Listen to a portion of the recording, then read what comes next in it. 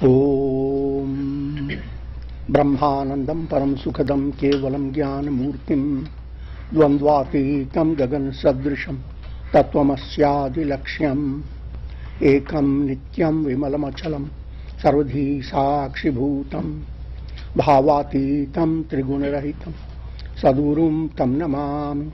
Om.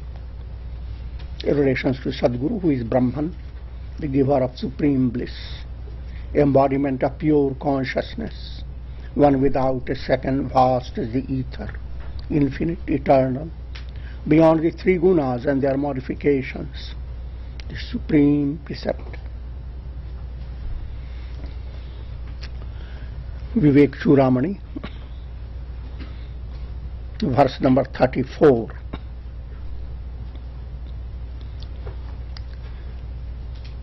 Sri Shankaracharya gives a very profound insight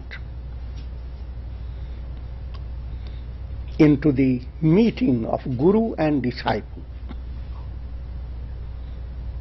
The world is a stage. So many good things go on, but when Guru and disciple meet, that's a climax. Because then the whole world explodes. The Guru says to the disciple, the world doesn't exist. The disciple says, yes, I am that.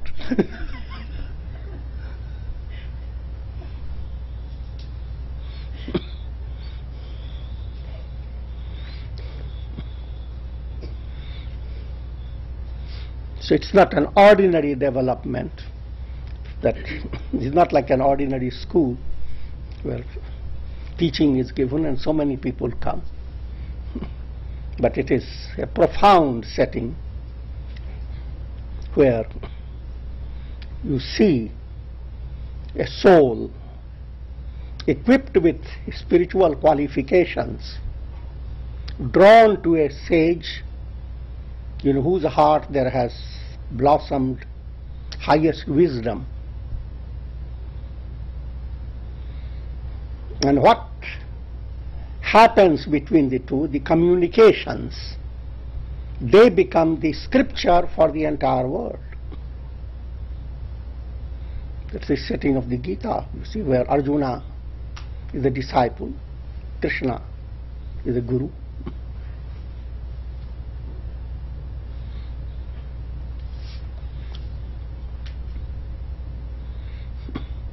And a disciple has perfected himself for the qualifications of a disciple through many embodiments. So, a fully qualified person is not found in abundance, in great number, but extremely selective. Naranam sahasresu kaschit yadati siddhaye. Among thousands of people, one strives. Among thousands of strivers, one succeeds in certain way. Among thousands of those, one develops aspiration. Among thousands of those, one has a proper setting. But this shouldn't discourage you. This is the way.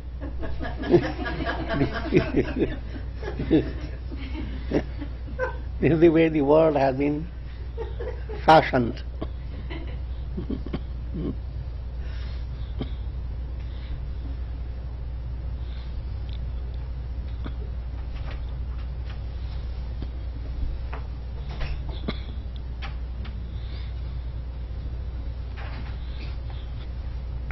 So that setting is being explained in a very poetic way. A hasty reader may just think of like a school setting, find a guru and be sure that he knows the Upanishads, the Vedas, all the Prasthanatraya, Gita, the Upanishads, and Brahma Sutras. and stay with the Guru, far away from the people, masses, in complete solitude. And learn all the Vedanta and attain God realization. But attain God realization is something questionable. Questionable means all this setting has given you intellectual knowledge, but that doesn't mean that you are really qualified.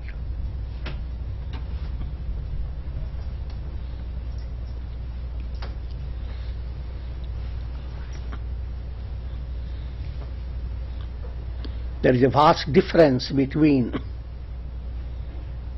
having an intellectual knowledge of where Mount Everest is,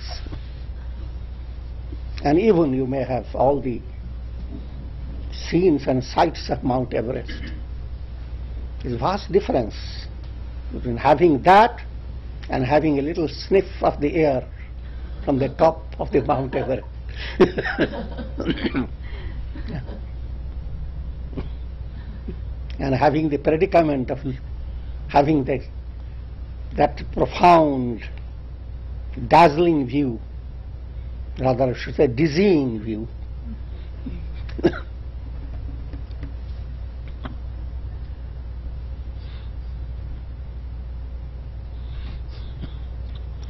So, I will go on explaining more.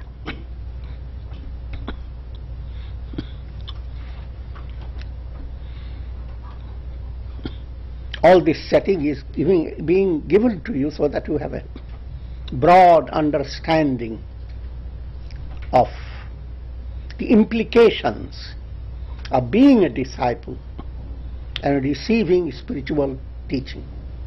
Because that's the ultimate height of all progress, for the soul to be enlightened.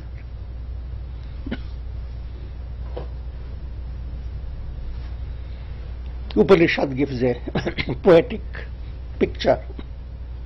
There is a tree. The entire world process is like a big tree.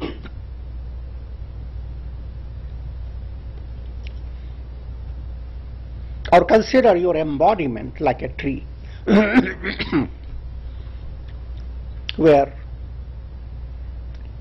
God and Jiva both dwell like two birds. Dva Suparna Sayuja Sakhaya. They are two inseparable friends, and they look alike. Only one bird has all fluttering wings, that has all the flutter with a Jiva. Ishvara is very absolutely calm. The Jiva goes on experiencing the bitter and sweet fruits of the tree, and the fruits are abundant, and somehow that bird has no problem with how much to eat or calorie count.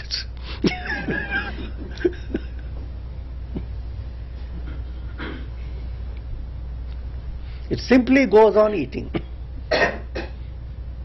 There comes a time when the whole bunches of sweet fruits. So it goes on eating, just decides now we'll stop. Suddenly a bitter fruit enters the mouth. So what can an intelligent jiva do?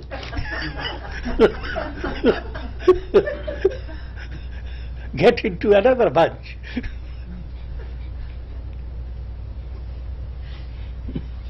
And go on eating. But hardly there comes a sense of now I must be fulfilled. Suddenly something bitter enters, and you can't end up with bitterness. However, there comes a time when the jiva develops some insight. How long this will go on? So many bunches I have eaten here, and here are so many branches. Am I to eat up all of that? And looks up and sees a replica of itself and realizes that in reality he is the replica of that. He is the reflection of that one who is absolutely calm, gracious, has no need to eat those fruits.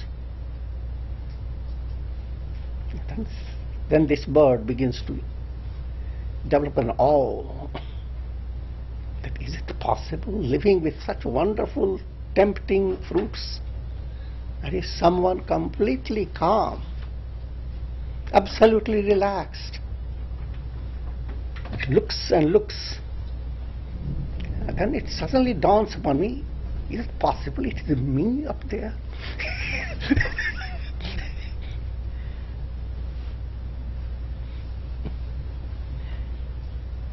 Once that dawns on the soul, enchantment breaks.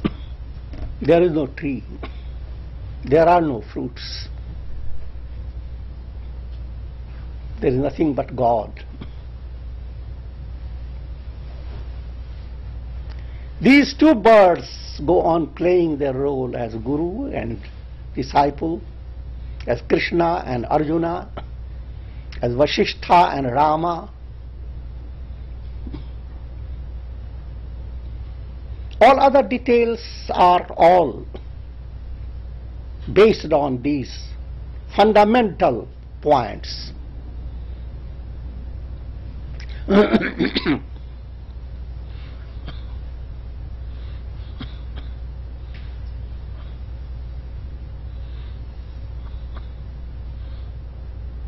You may be guided by different gurus,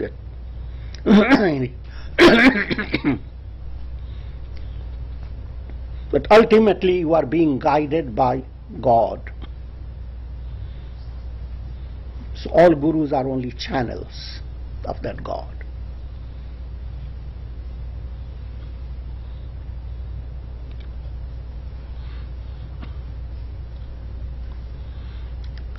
Therefore,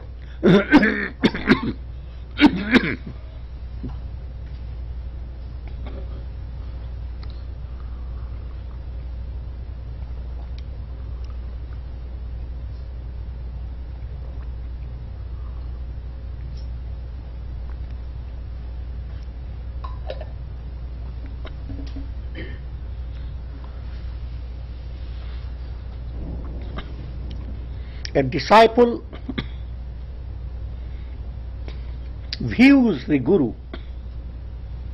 as an embodiment of God and considers guru a little better than God.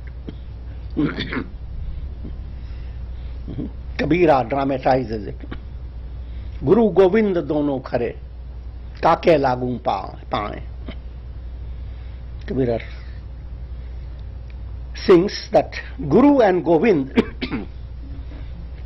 he woke up and he suddenly sees as he opens his door, God as Krishna and Guru, both there.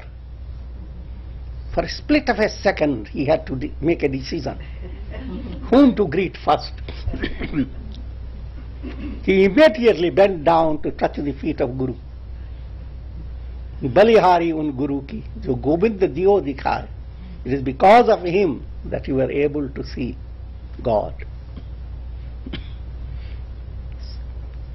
This is the poetic depth about it. That in the world you need a help that can be viewed by your mind as something solid, something concrete. And Guru represents that.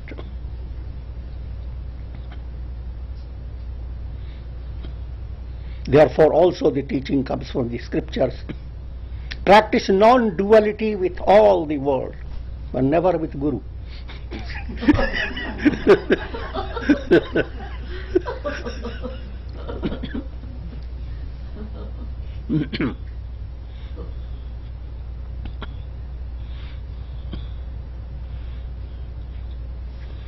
So any approach towards Guru is your movement towards God. And that point should not be forgotten. And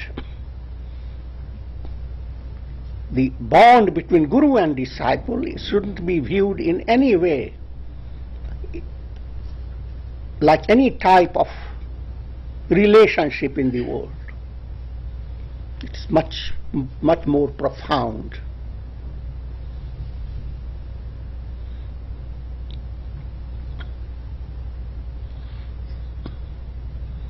All this is needed in order that Guru can become a channel for leading you to liberation. If you don't have this, then Guru is a channel to can do you many things wonderful, but your movement to enlightenment either delays or gets deviated to something else.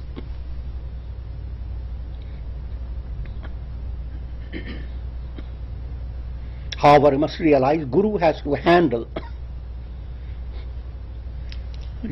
numerous personalities, and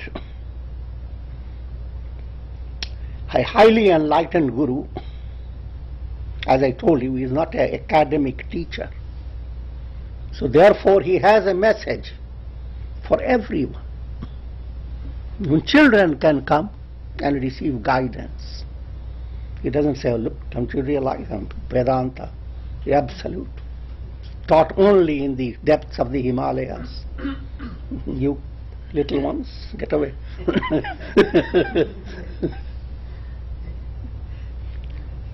This point will become clear later. Where Shankaracharya says, Vasantavat lokahite charanta. One who is that enlightened Guru enters the world like a spring season. When spring season enters a forest, it has come for enriching the entire forest. It doesn't say, only those mango trees are my qualified aspirants.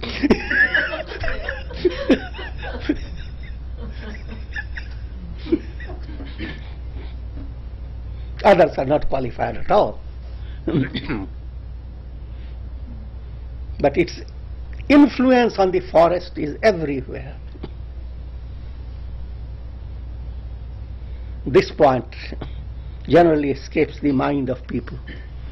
Talking about Brahma Vidya, mind is not ready to understand the immensity of the project and what does it imply.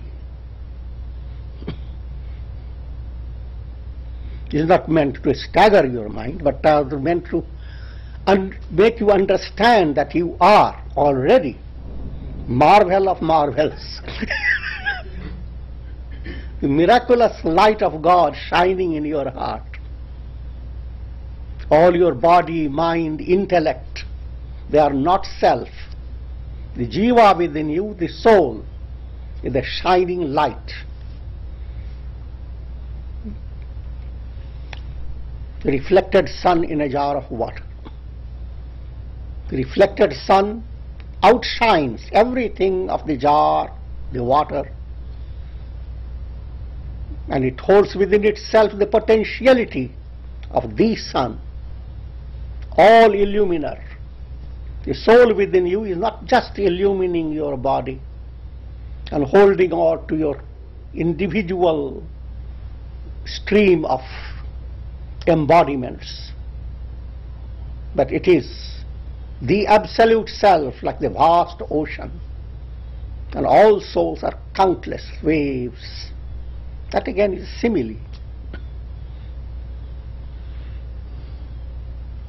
So if you are trying to attain enlightenment, you are raising yourself from a little wave-like existence, to the majesty and magnanimity of being the ocean. You are raising yourself from being a very little personality of no consequence, very little use for the world around you, to a level where you shine like the sun, and the entire creation is bathed in the light and nourished.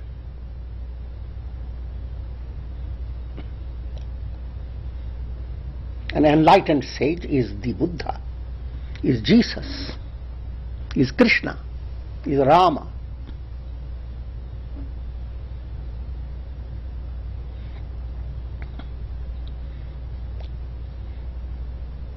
This is the ideal. The ideal has to be kept in view. Your concern shouldn't be to find the ideal first, because there is no way an aspirant can recognize. But one thing is possible, just like when you go to temple, you bow down to the statue. You never look into what type of metal the statue is. Is it stone? Is it metal? No matter whatever is the constituents of the statue, you are adoring God in it. Same is with your movement towards Guru and receiving spiritual teaching. But at the same time, your mind has to go on understanding the immensity of the project and the immensity of the task before you. If you became enlightened, you are rendering tremendous service to the entire universe in different degrees. But it is not an ordinary attainment. First, in Bhakti Yoga Sutras it says, whoever attains God realization, by his act of attaining God realization or devotion to God, modanti pitaro, forefathers rejoice, and gods in heaven dance.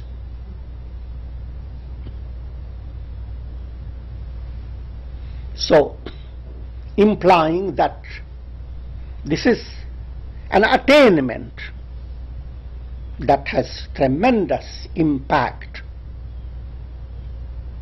And if you look at the history in the world, the impact of Jesus, impact of Buddha, impact of Mahatma Gandhi. Recent times there are many people whom we don't know, but their impact has been immense.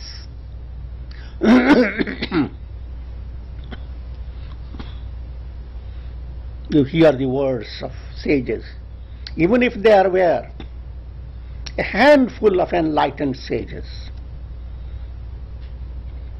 one here, one in Australia, one in Alaska.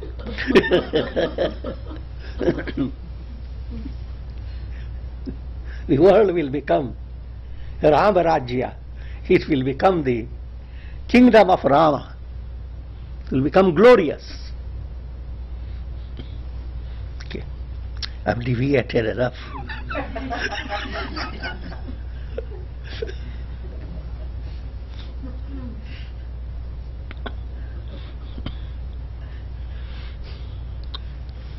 Tamaradhya gurum bhaktya prahari prashraya sevanai prasannam tamanupapya prichet jnatavyam atmanah.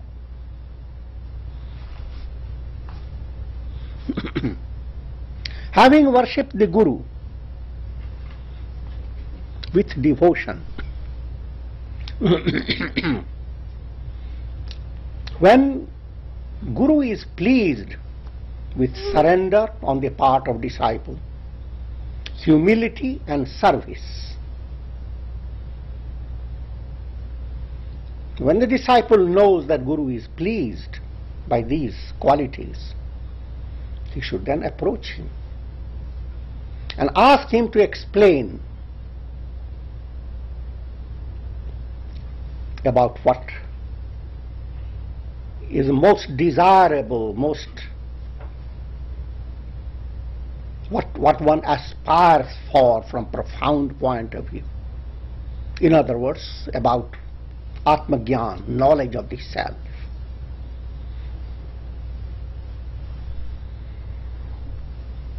This again, the tradition.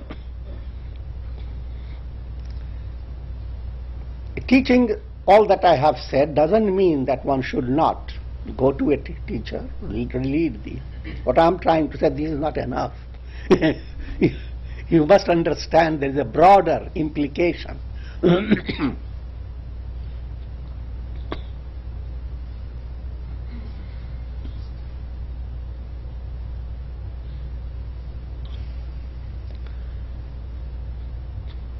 In Prashnopanishad, disciples go to a guru. They are very learned and they approach sage Pippalada.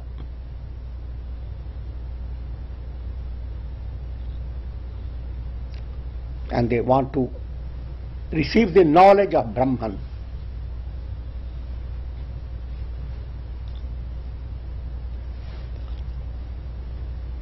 And when they approached carrying fuel in their shoulders. It's old time, courtesy, you go to a guru, and guru's kitchen always needs some fuel. So, logs of wood they brought for guru's kitchen with a symbolic statement that just like these logs of wood will be consumed by fire, may my karmas be consumed by your teachings.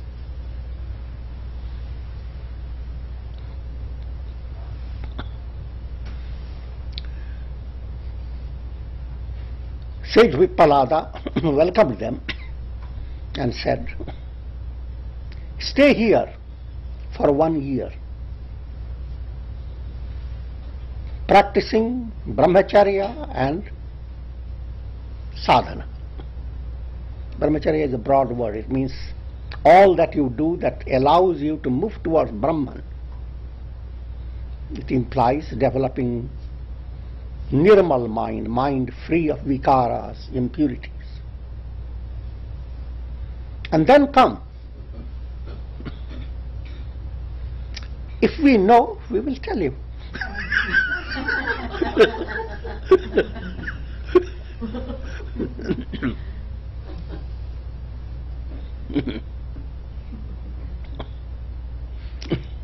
The modern student will say, what a wastage of time.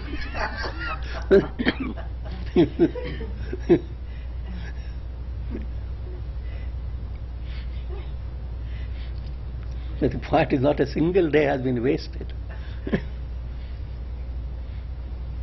Living with satsanga in the ashram, the idea is to go on preparing yourself, physical body, mind, intellect, all equipments for attaining enlightenment. And if you are not prepared in 1 year, will continue. Even if you drop out from it, you will be a very advanced person.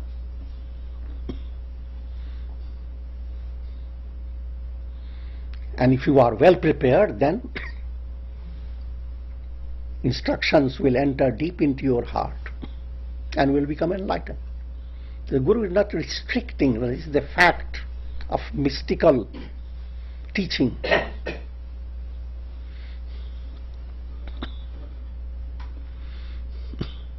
So comes these points. If Guru is pleased with your surrender,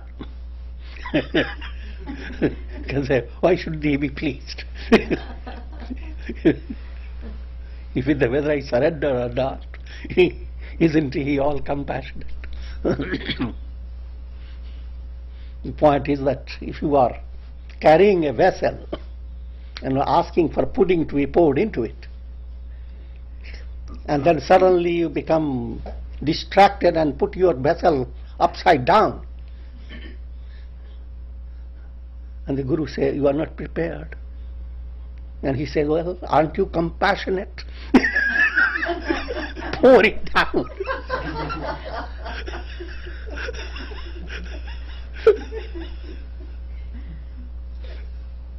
If you understand that one, that makes it clear. The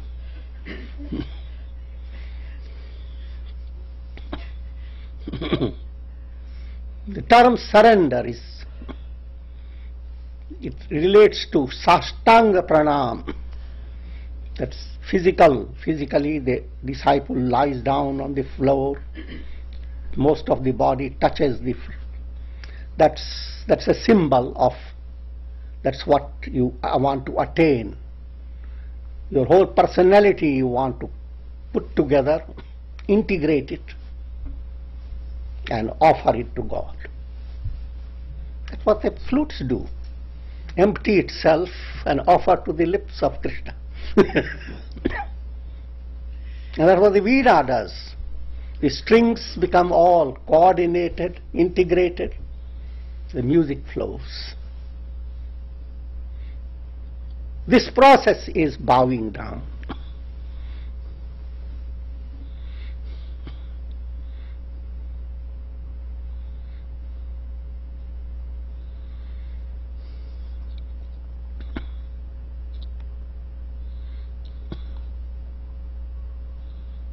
Pleased with surrender, humility, and you have to develop the quality of humility and service.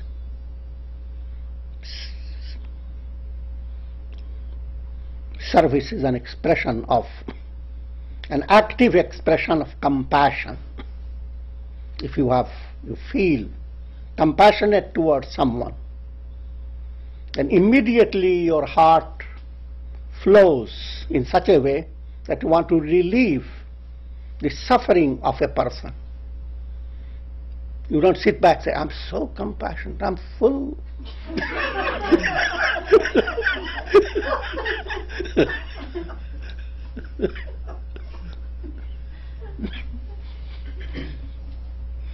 But there is no act.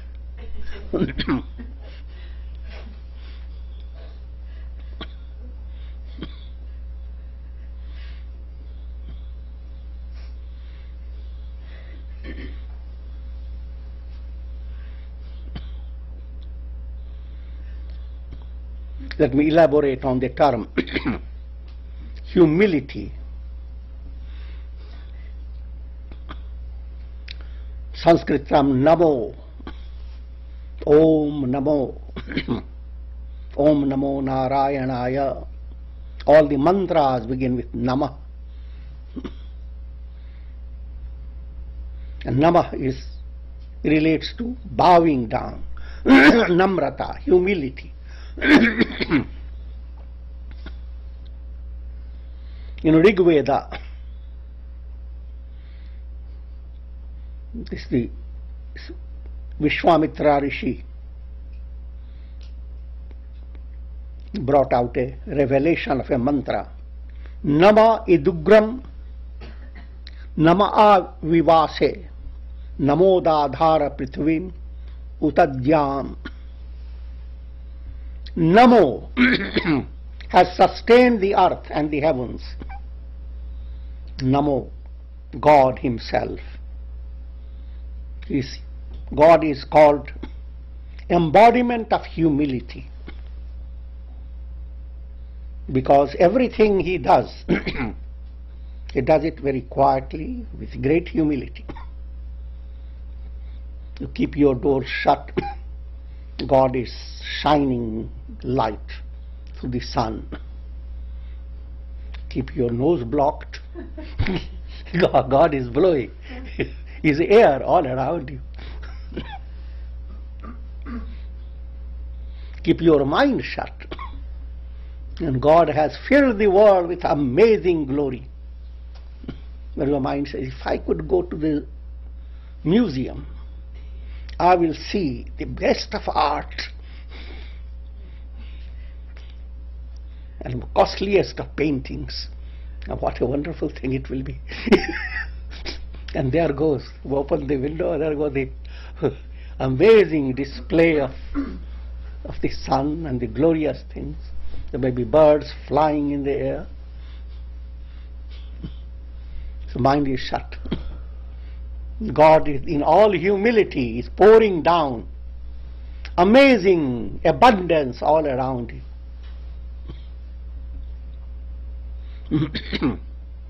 And a special humility occurs when an aspirant is ready and approaches a guru. It is God who bends down through the medium of the guru to pick the aspirant.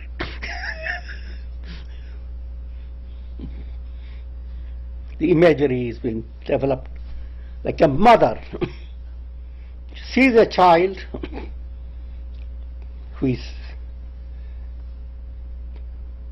needs help from the mother,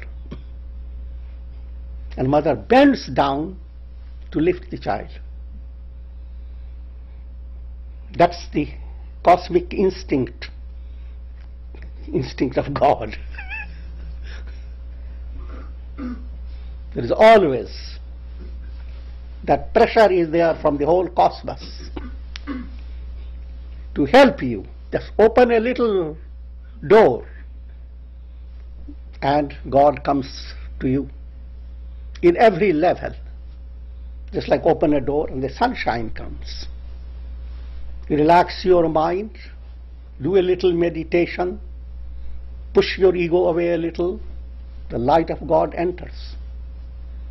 Sublime thoughts enter your mind. You don't have to create it, it's all over. Ordinary mother has only 2 arms.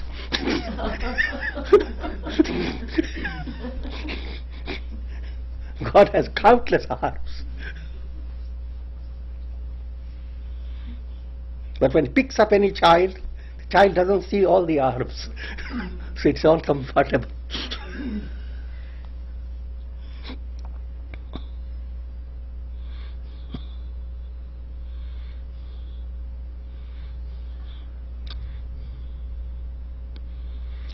That is the setting, having approached the Guru and developing those qualities. And then what you wish to know, that is, you want to attain Atma-Gyan, knowledge of the self, that knowledge is imparted to you by Guru in a special way.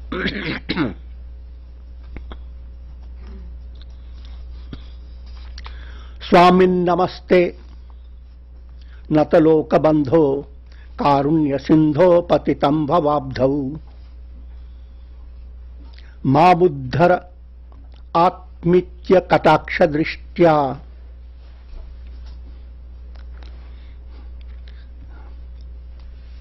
rijavyati karunya sudhabhivrishtya.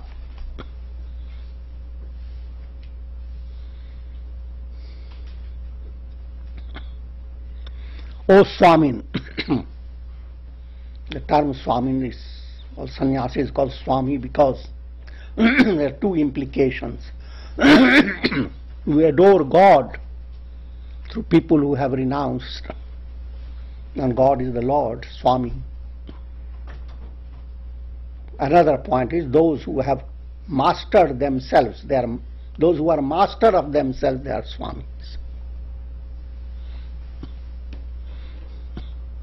Otherwise, you were living in the body, but you were not master of the body. You just rented it.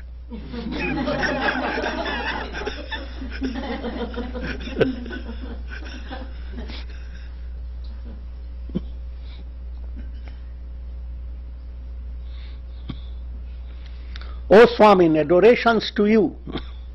Namaste.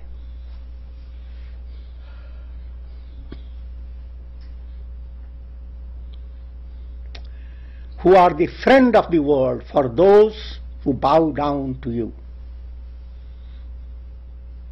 I bow down to the ocean of compassion, as I explained. You are bowing down before Guru, you are bowing down to God. And God reaches out through the personality of the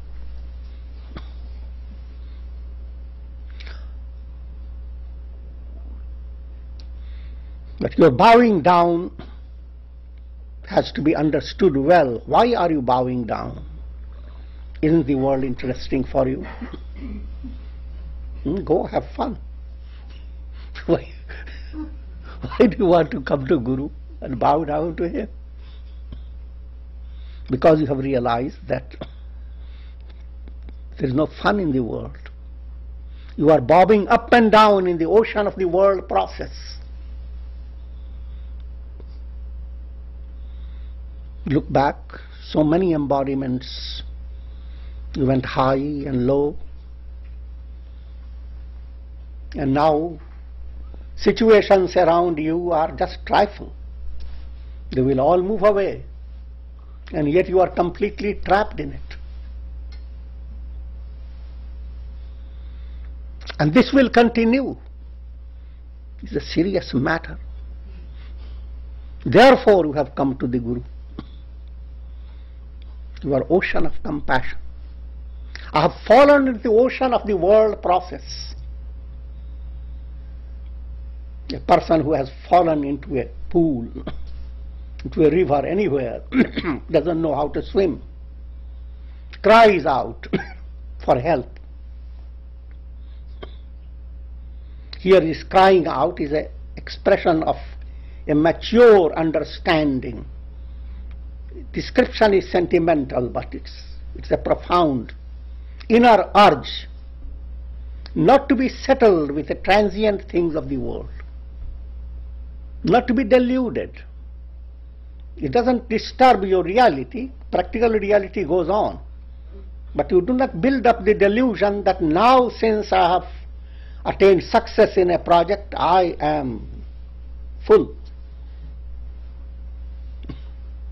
You need to always understand the world is transient.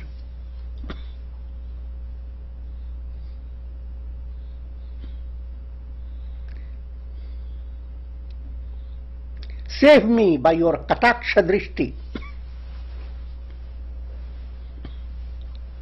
Drishti is vision, gaze. Kataksha refers to focused eyes.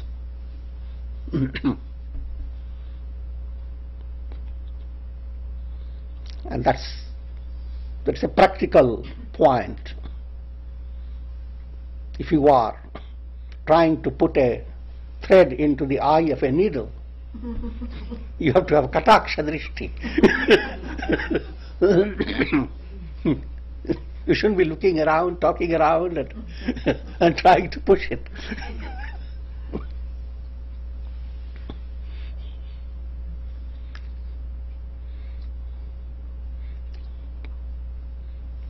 The idea is that you are requesting Guru to develop, to give the disciple his keen attention, not a distracted attention.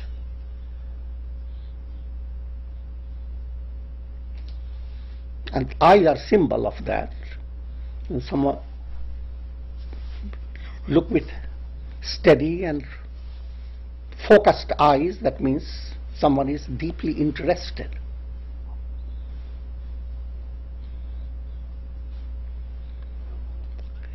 Your eyes shower nectarine grace of compassion.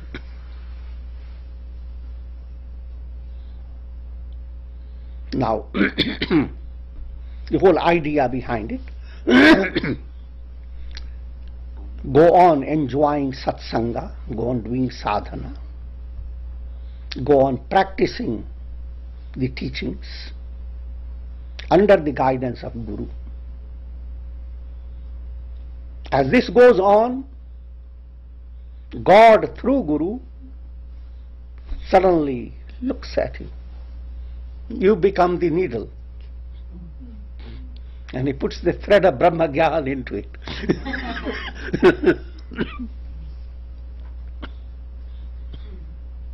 The moment he looks at you with a focused vision, the shower of grace inundates your heart, fills your heart.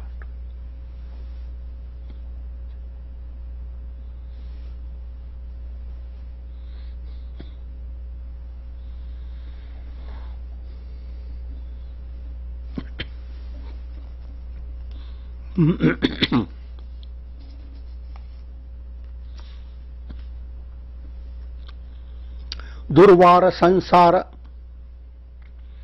davagni taptam dodhuyamanam duradrishtavatai bhitam prapannam paripahi mrityoha sharanyam ayat aham na jane. I am scorched by the forest fire of samsara, which is unquenchable.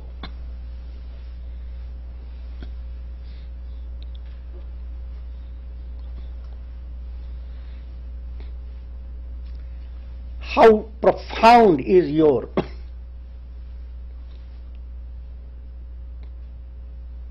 understanding of the value of enlightenment. That will depend upon how keen is your vairagya, dispassion, how clear is your understanding about the world. Firstly, the world is transient. Secondly, even the transient world doesn't really exist. Nothing exists. Thirdly, nothing belongs to me. Nothing belongs to you.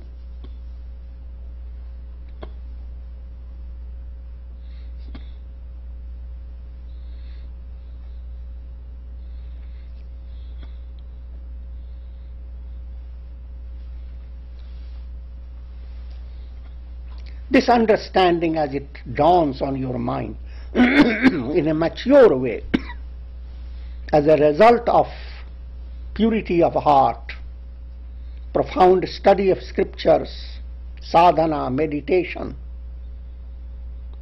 you discover you are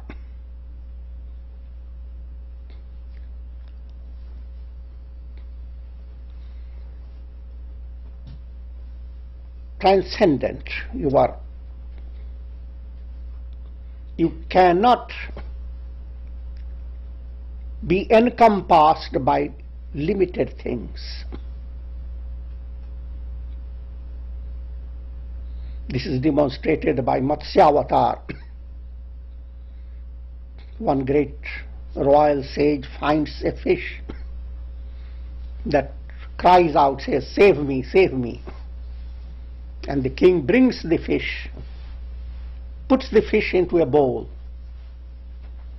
The next day the fish has outgrown the bowl. Then he puts the fish into a bigger reservoir of water, and the fish outgrows it. And that is a big story. The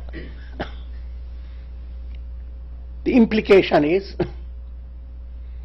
all the time, through many lives, you have viewed the world too big and yourself a little fish.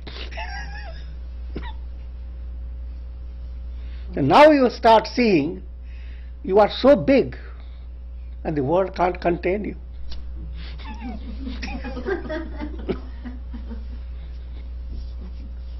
All the pleasures of the world can't fulfill your desire. All the glory of the world can't give you sense of satisfaction. You are too big. Therefore, you turn to Guru, "Please save me now. Where can I go?"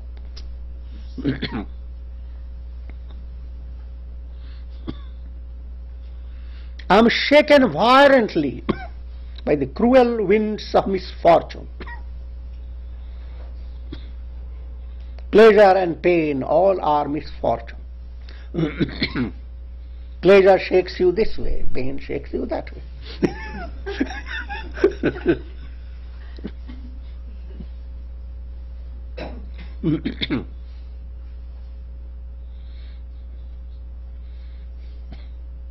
And numerous negative karmas, kleshas, afflictions. You live in a world where everything shakes. The three tapas, miseries arising out of your own body and mind, which are enough. But that doesn't, in divine plan, that is not enough. You are placed in a world that is constantly shaky. Every day something goes on. There is always some danger, some real earthquake, and about first we leave the earthquake behind. Human beings, your interaction with them, your interaction with different creatures, that's a lot of pain comes through that. But that's not enough. The third type is act of God. You never know. Hurricanes will come and what damage they can do. Earthquakes can appear, and volcanic eruption. The world is always showing you what it can do in a destructive way. And in spite of all that, you know that the whole earth planet is just rolling on in the sky. Restless, not even for 2 seconds the earth is in one place.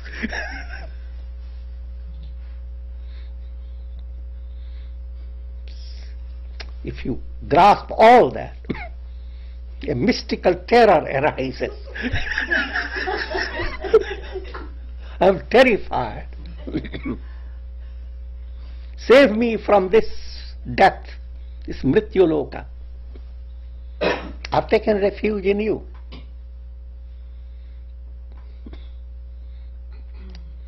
And to the possible question, why don't you take refuge elsewhere? He says, I do not know any other harbor wherein to take shelter.